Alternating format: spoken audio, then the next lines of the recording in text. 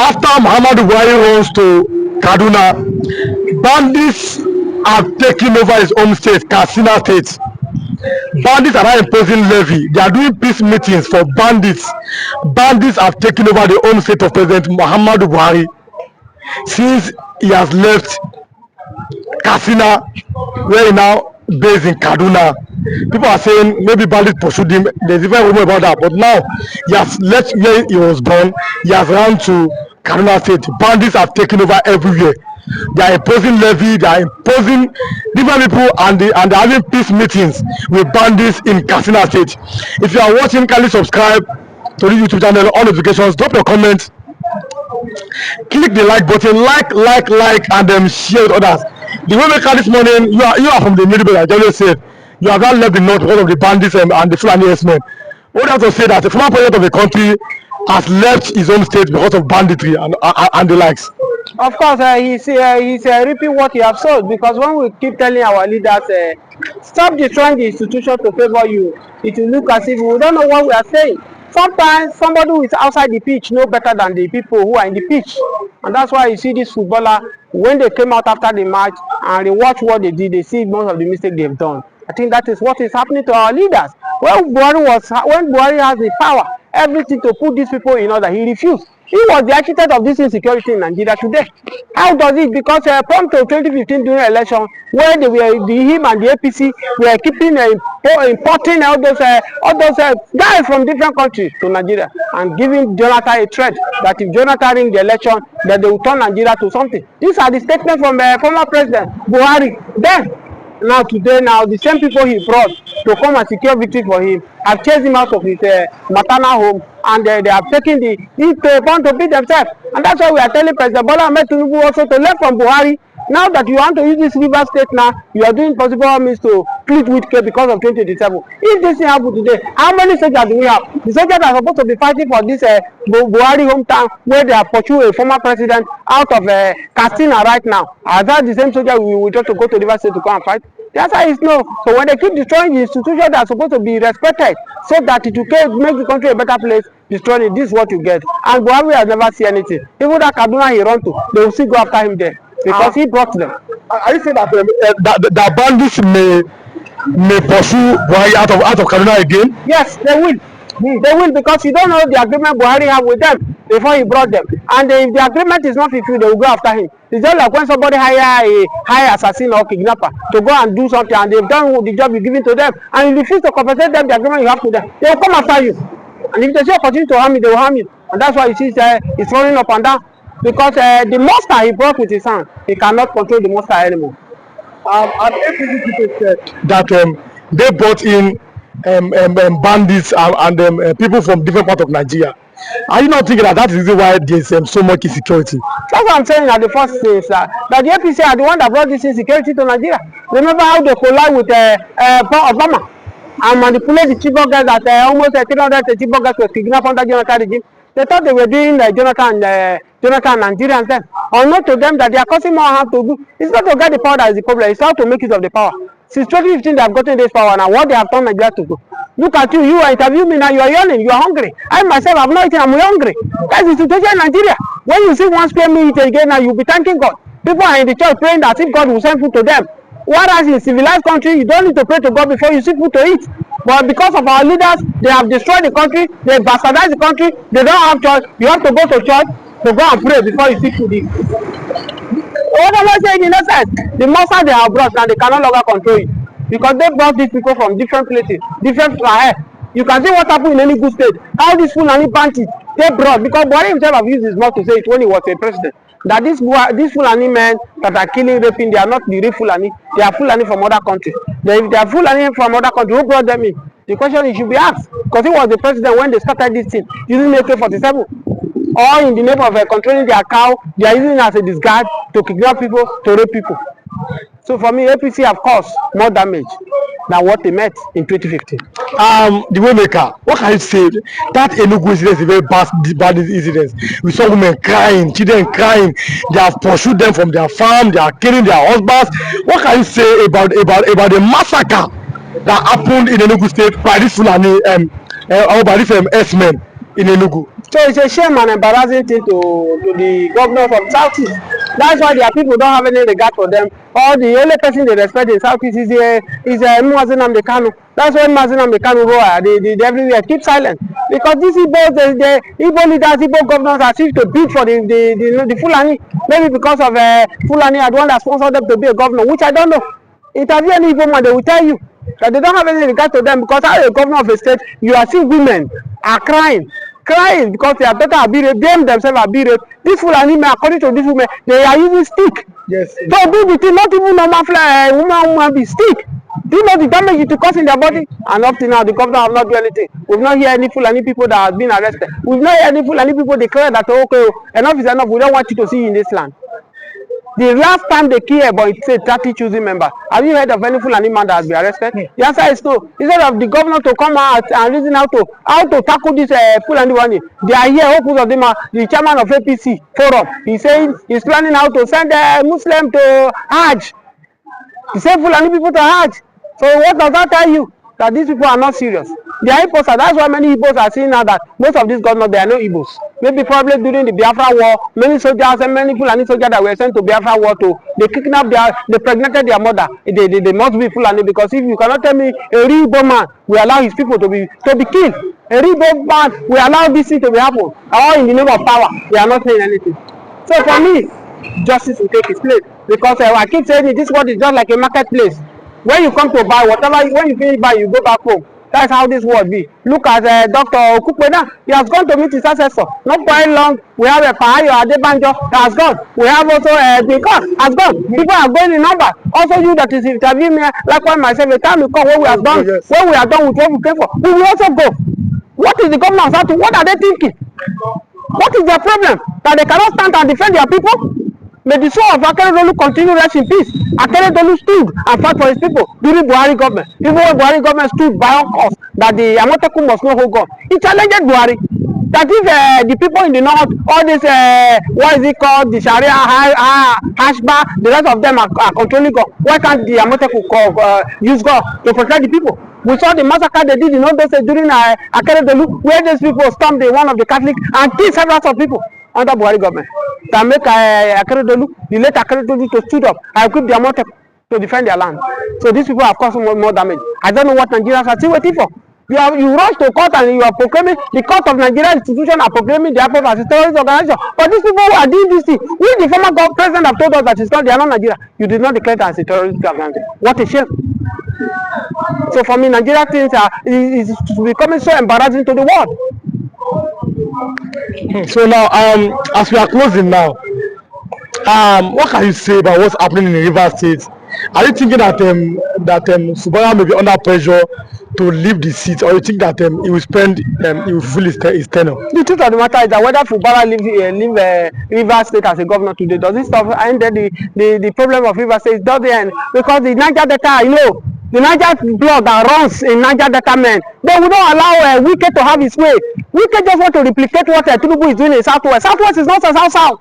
Southwest will not tolerate that. Even if they succeeded in picking Fubara today, whoever that is coming, Wike will not be able to control the person. But because when it was his turn, he never listened to anybody. Go and check the Wike record. He insulted everybody, both the people who brought him to politics, everybody. Have you ever seen where Tinubu insulted leaders in Southwest here? Have you ever seen where Tinubu say, I made you who you are? Have you ever heard that kind of statement from Tinubu? The answer is no. But this state man who is causing problems in River State is too arrogant. And it's too, I don't know how to put it. So for me, this fight that Tinubu is joining him to fight the River State, we are advising Tinubu to withdraw, because it's going to cause more damage in Nigeria.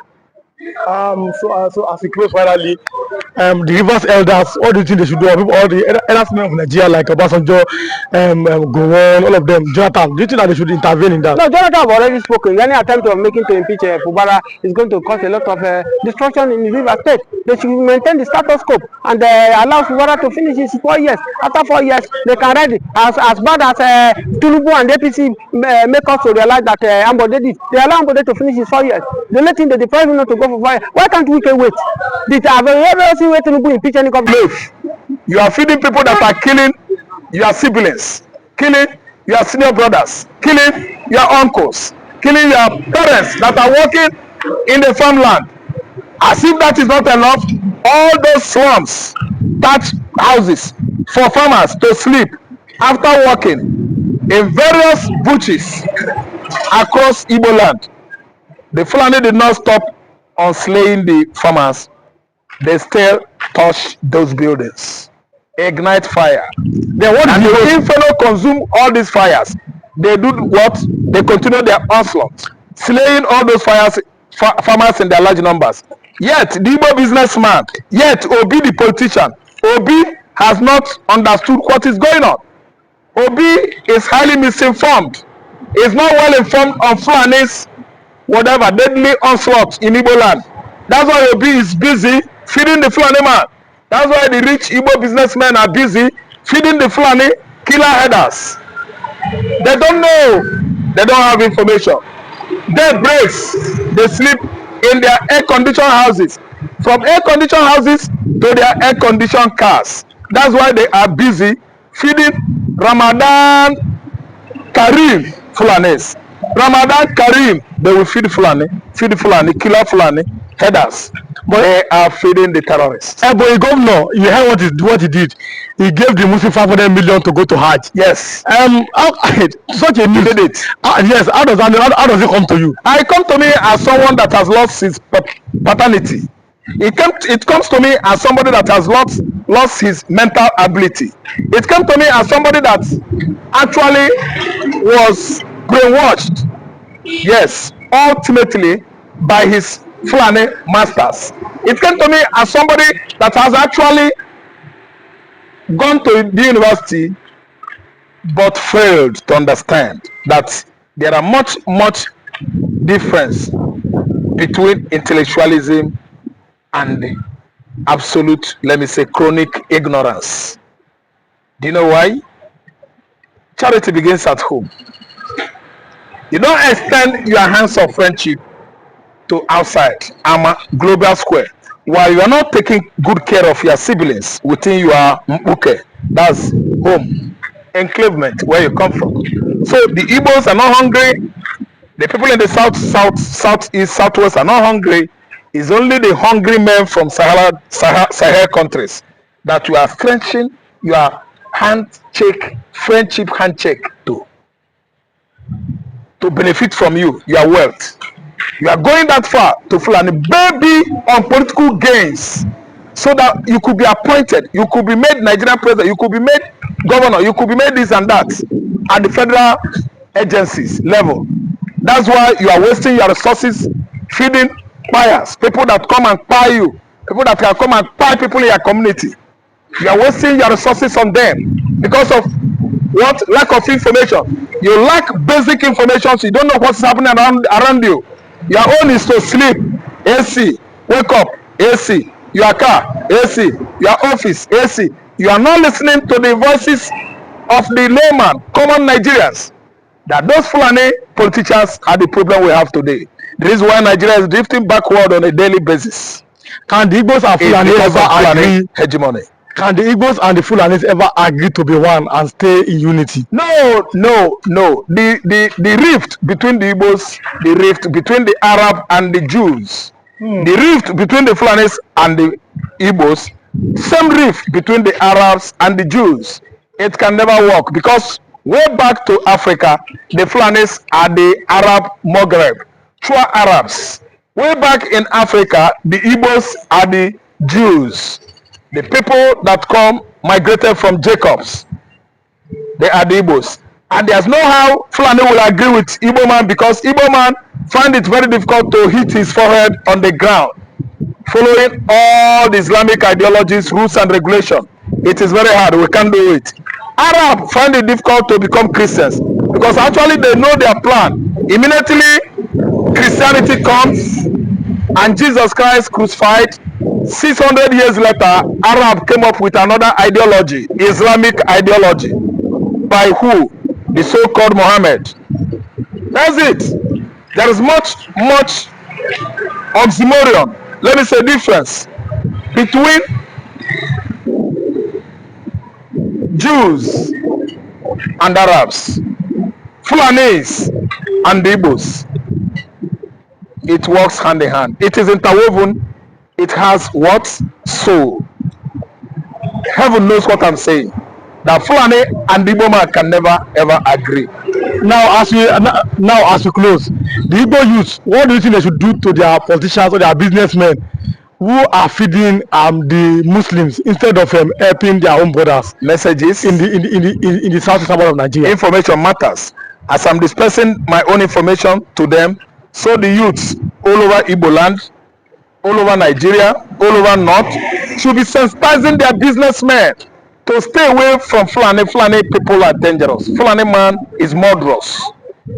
As I'm sensitizing and giving information to all my brothers, my business brother, Igbo brothers, so are other Igbos in diaspora in America, Asia, Australia, Oceania. They look at the fact that the people are from Fulani extraction. I mean the Fulanis are very, very aggressive, aggrieved, hostile tribe people from Futajelo Highland, Senegambia.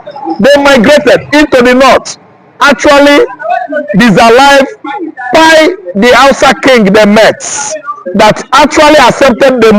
That Hausa king has accepted them in peace with harmony. They later buy him, disallow him because they are land grabbers, because they are bloodletting people, because they are very, very ruthless and wicked. So that's why they prevailed on the peaceful houses, and today you have seen how far they have gone, at least to destroy the north. The Fulanis has actually been occupied the northeast, the northwest, and corner with such religion that allows all manners of inhumanities of man against man.